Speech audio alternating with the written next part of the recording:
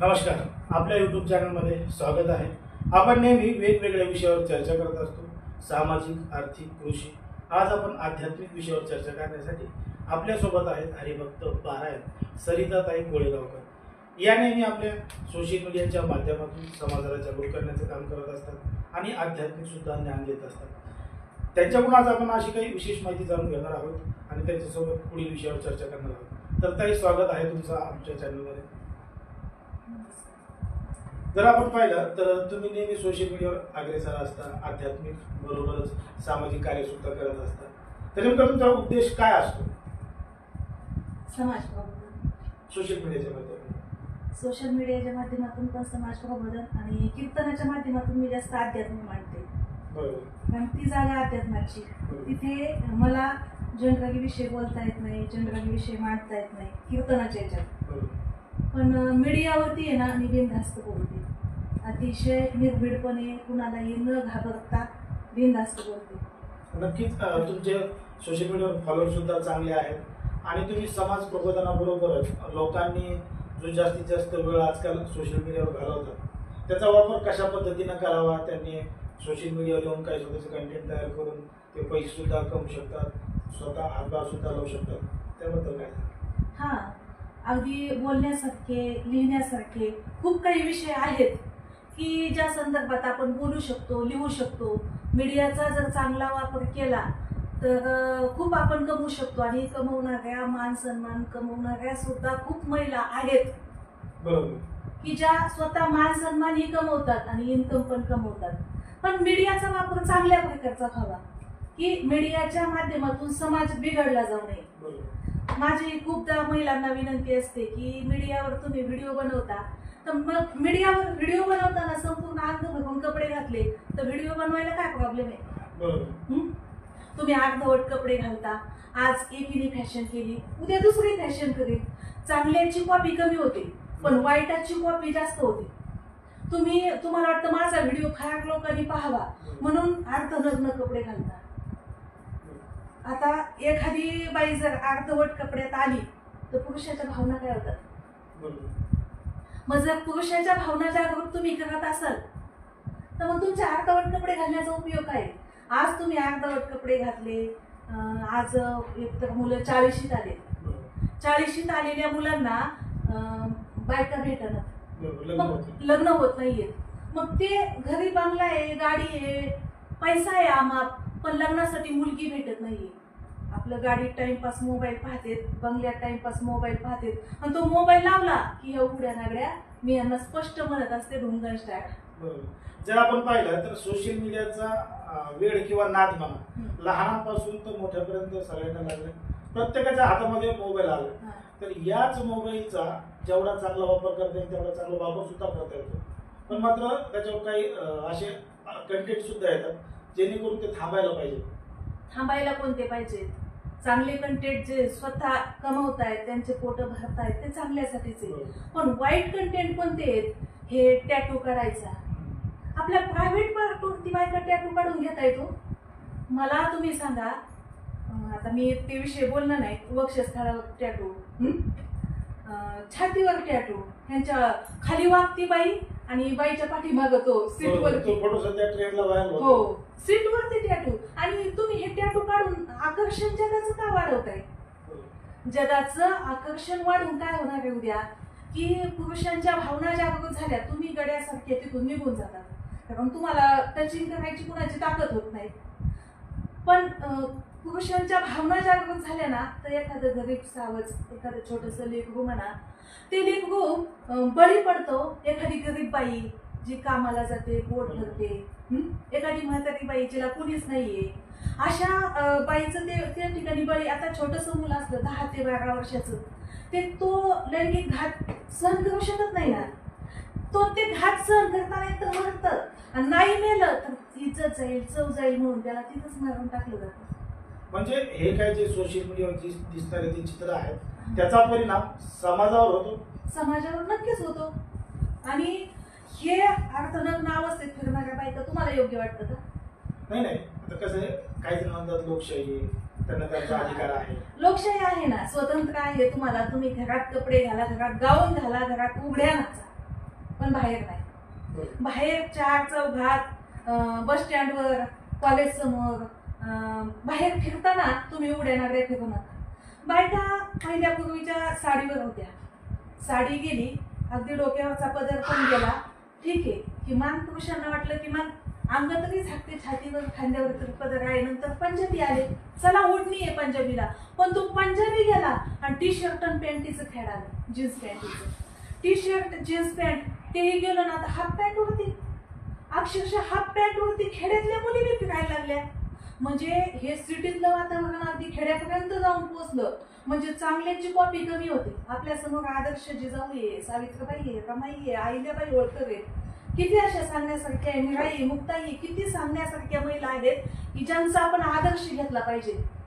पण ह्यांनी आदर्श घ्यायचं तर दिलं सोडून, पण ह्यांच्या मनच हे पाश्चात्य संस्कृतीतून जे टॅटू काढणं, अर्धवट कपडे, हे योग्य नाही आदर्श. तुम्ही पहा, मी मुस्लिमांचं उदाहरण अनेक वेळेस देत असते. मुस्लिम समाजाचं लोक म्हणतात तुम्हाला त्यांचा धर्म आवडतो का? बाबांनो, ज्याला ज्याचा त्याचा धर्म प्रिय असतो. जननी जन्मभूमिश्च स्वर्गादपि गरीयसी. जन्मभूमी, जन्मदाती आई, आपला धर्म हा प्रत्येकाला प्रिय असतो. दुसऱ्याचा धर्म कसा प्रिय वाटेल? मी म्हणत नाही त्यांचा धर्म तुम्ही स्वीकारा, त्यांच्या धर्माचं अनुकरण करा असंही मला म्हणायचं नाही. त्यांच्या धर्माचा काहीतरी आदर्श घ्या. त्यांच्या महिला जर बाहेर पडल्या ना, तर अगदी डोक्यापासून पायाच्या नखापर्यंत बुरखा घातलेला असतो. आता तुम्ही मला सांगा, मी ह्यांना म्हणत नाही तुम्ही बुरखा घाला, पण फक्त अंग झाकून. जर एखाद्या महिलेने अंग झाकलेलं असलं तर तिच्याकडे कुणी वाईट नजरेने पाहिजे का? म्हणजे कुठेतरी मर्यादा राखायला पाहिजे. म्हणजे आज 99% बलात्कार हे फक्त हिंदू धर्मातील स्त्रियांवरच का झाले? का झाले? तुम्हीच मला उत्तर द्या. बरोबर, का झाले? नाही, त्याला काही मानसिकता सुद्धा कारणीभूत असतात. ज्या ठिकाणी आपण पाहिले काही काही लहान लहान शाळेमध्ये सुद्धा अशा घटना घडल्या, ज्या आपण मुंबईला पाहिलं, पुण्याला पाहिलं.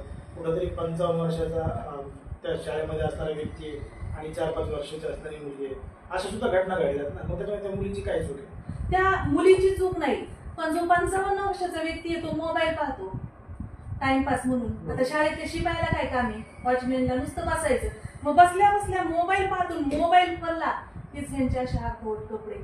म्हणजे त्या महिलेच्या अर्धवट अगदी नग्न अवस्थेतले काही काही महिला फ्यूज यावात म्हणून सुद्धा इतकं आधी.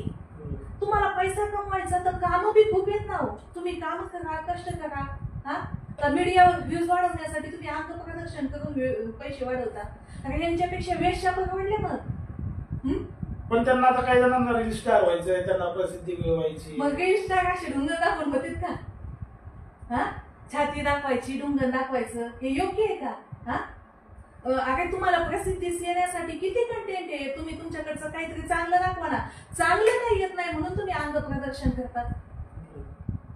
तुमच्याकडे चांगली काहीतरी कला नाही. तुम्हाला प्रसिद्धीस तर यायचंय, पण कला नाही. मग प्रसिद्धीस कसं यायचं?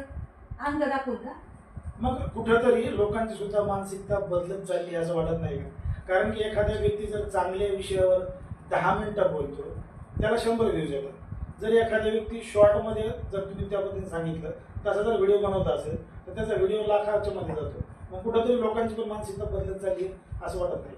हा, लोकांची मानसिकता बदलत का चालली आहे बघा. चांगले कीर्तनकार आता आमच्यामध्ये सुद्धा अगदी ज्ञानेश्वरी आणि गाथा पाठ असलेले कीर्तनकार आहेत, पण समाज त्यांना बोलवीत नाही, त्यांना घरी बशिलय. आणि जे विनोदाचार्य आहेत, आता कीर्तनात विनोद एखादा, जशी भाजी आवडत नसली की माणूस लोणचं लावून हे करतं. चांगल्या जगाला पटत नाही लवकर, पण तो सांगण्यासाठी एखादा चुटकुला सांगितला तर ठीक आहे, पण जगाला सगळेच विनोद लागतात.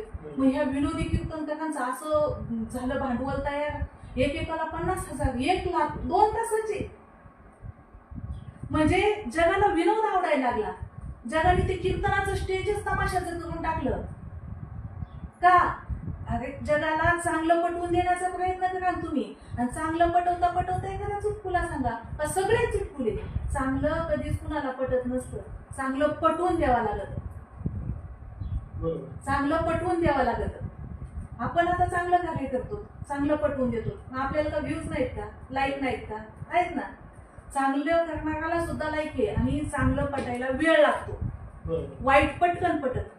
एखाद्या व्हाईट शर्ट मधला राग पटकन दिसतो, पण ती सुद्धा कुठल्या प्रकारे असं तर लवकर दिसत नाही. म्हणजे कुठेतरी आता लोकांनी सुद्धा मानसिकता बदलण्याची गरज आहे. कारण की जर आपण पूर्वी पाहिलं तर पूर्वी जेव्हापासून हातामध्ये मोबाईल नव्हते तेव्हाच राहणीमान आणि आता जे हातामध्ये मोबाईल आल्यामुळं किंवा सोशल मीडिया हातामध्ये आल्यामुळं काय फरक जाणवतो, कसा बदल झाला? हे बघा, मोबाईल चांगला तितकाच आणि वाईट तितकाच. पण मोबाईल जसं की हे छोटे छोटे मुलं आहेत शाळेचे, यांच्या हातात नाहीच दिला पाहिजे. आज आपली आई म्हणते मूल जेवत नाही, जेवण कमी ना म्हणून मोबाईल देते. अरे आपल्या टाइमात नाही जेवत तू कशी राहू द्या, भाजी नाही आवडत तू कशी राहू द्या, चट भूक लागल्यावर खाईल. त्याला विचारून बनवते काय भाजी बनवायची. आपल्या टाइमात असं होतं का, असेल ते खाय, नसेल खात तरी मार बसत होता. म्हणजे आपल्या टाइमात इतकं कडक होतं. आई म्हणते मोबाईल दिल्याशिवाय मुलं जेवत नाही. कसं जेवत नाही, 2 झापडी वड म्हणून. काही जण म्हणतात की ते ऐकतच नाही. काय का कसं ऐकत नाही, 2 झापडी वडा अत्यंत लाड केले आणि लाडामुळे मुलं बिघडले. आज एक सांगा, मुलगी 1-1 वाजेपर्यंत व्हॉट्सअपवरती चॅटिंग करते, आईला कळत नाही का? मुलीची सण बिघडलेली आईच्या लक्षात येत नाही का? मुलगी सारखी जाते कपाटात पाहते, त्या आरशात पाहते, दिवसातून 3दा ड्रेस बदलते. मुलगी बदललेली आईच्या लक्षात येत नाही का? आणि ज्या वेळेस आई वळण लावते त्यावेळेस बापानी मदत बोलायचं नाही, बाप ज्या वेळेस वळण लावतो त्यावेळेस आईने मदत बोलायचं नाही. आई आणि बाप दोघांनी मिळून लेकरांना वळण लावायचं असतं. आई म्हणते माझी सोनू अशी, माझी सोनू खाली मान घालून कॉलेजला जाती, पण जेव्हा खाली मान घालून तोंडाला बांधते तेव्हा कानाच्या आत तिच्या काय घातलेलं असतं. त्यातून ती कोणाला बोलती, काय बोलती. संध्याकाळी 1-1 वाजेपर्यंत माझी सोनी रातच्या 1 वाजेपर्यंत अभ्यास करते. कशी करते? मास्तर 9ला झोपते आणि तुझी सोनी 1 वाजेपर्यंत अभ्यास करते का? तुझी सोनी अभ्यास करते का, काय करते हे नीट बघ ना. म्हणजे हे मोबाईल मुळे जमाना असा बिघडत चाललाय, बिघडत. म्हणजे कुठेतरी पालकांनी सुद्धा आपल्या मुलांकडे मुलींकडे लक्ष द्यायची आवश्यकता आहे. नक्कीच. म्हणजे मोबाईल मुळे जमाना सुधरण. आता ऑनलाईन अभ्यास आहे, अभ्यास करावा रोज, डेली अभ्यास येतो. चांगल्या शाळांचा आहे ना, डेली अभ्यास येतो मोबाईलला, तो अभ्यास करावा. पण मुलं अभ्यासाच्या नावाखाली मोबाईल घेतात आणि मुलं काय बघतात हे पहा ना. ह्या आज उड्या नागड्या नाचणाऱ्या ज्या बाया आहेत त्यांच्यामुळे छोटे छोटे मुलांना ह्या असल्या गोष्टी कळायला लागल्या. ज्या गोष्टी आपल्याला लग्नाच्या नंतर कळाल्या त्या गोष्टी आज यांना छोट्या छोट्या 5वीच्या 7वीच्या मुलांना कळत. कशा कळू लागल्या? मोबाईल मधूनच कळू लागल्या ना. फालतू व्हिडिओ बनायचे, व्हिडिओ मध्ये फालतू बोलायचं. चांगलं काहीतरी करा की समाजासमोर आदर्श असेल आणि तो आदर्श टिकेल, चांगलं टिकतं. वाईट, हे बघा, एखादी व्यक्ती वाईट वागली ती किती दिवस फोकसला येते. एखादा विनोदी कीर्तन करे तो किती दिवस चालतो. एखादी जास्त फोकसला, एक पहा तुम्हाला एखादा अंतर टार्गेट करायचं आणि त्या अंतरापर्यंत एखादी फास्ट गाडी चालून पोहोचतो, पण त्याला कॉन्फिडन्स आहे का मी पोहोचेल म्हणून? त्याला माहिती आहे मी धडकू पण शकतो. पण जो मंद गतीने चालतो त्याला माहिती आहे मी पोहोचणार. जशी सशाची कासवाची काय लागते, शर्यत लागते. पण शर्यतीत सशाला ओव्हर कॉन्फिडन्स आहे मी पोहोचणार, पण ससा पोहोचला का? नाही पोहोचला. मंद गतीने चाला, ती उडीच मारा सशासारखी मी नाही म्हणत. अतिशय प्रचंड गतीने फास्टपणे फोकसला येणारी व्यक्ती पटकन दाबली जाते आणि ती टिकत पण नाही. पण रोज थोडं थोडं करणारा जो असतो ना तो टिकतो. लोकांच्या नजरेत येत नाही, डोळ्यात येत नाही, शेवटपर्यंत टिकतो, त्याचा घात होत नाही आणि त्याला त्याच्या चांगल्या वागण्याचं फळ भेटतं. पटकन श्रीमंत व्हायचंय म्हणून तुम्ही काही बी करणार, कसले बी व्हिडिओ बनवणार, कसे बी कीर्तन सांगणार. आमच्या कीर्तनकारांनी पण अवधू कीर्तनाचा अभंग शेवटपर्यंत अभंगाव येत नाही, शेवटपर्यंत अभंगाव नाही. जो कीर्तनाला अभंग घेतला त्यात पहिलं प्रमाण, दुसरं प्रमाण, तिसरं प्रमाण, तुम्ही बोला त्या प्रमाणावर ओव्या सांगा, श्लोक सांगा, अभंग सांगा. ते दिलं सोडून ह्यांचे चुटकुले जे चालू होते भाकड कथा की शेवटपर्यंत लोकांना तसेच लागते. मध्यंतरी काही महिला कीर्तनकार सुद्धा असेच छोटे छोटे व्हिडिओ व्हायरल झाले होते की ते असे म्हणजे कीर्तनामध्ये त्या गोष्टी नको बोलायला पाहिजे होत्या, तरी सुद्धा ते व्हिडिओ मोठ्या प्रमाणात व्हायरल झाले. मग हे कुठेतरी चुकीचं आहे असं समाजाला वाटत आहे. चुकीचंच आहे ते, एकदम चुकीचं आहे. आणि इतकं चुकीचं आहे ना. आणि मला भरपूर लोकांनी टार्गेट पण केलं की तुम्ही आमच्यावरती बोलता की आम्ही उघडे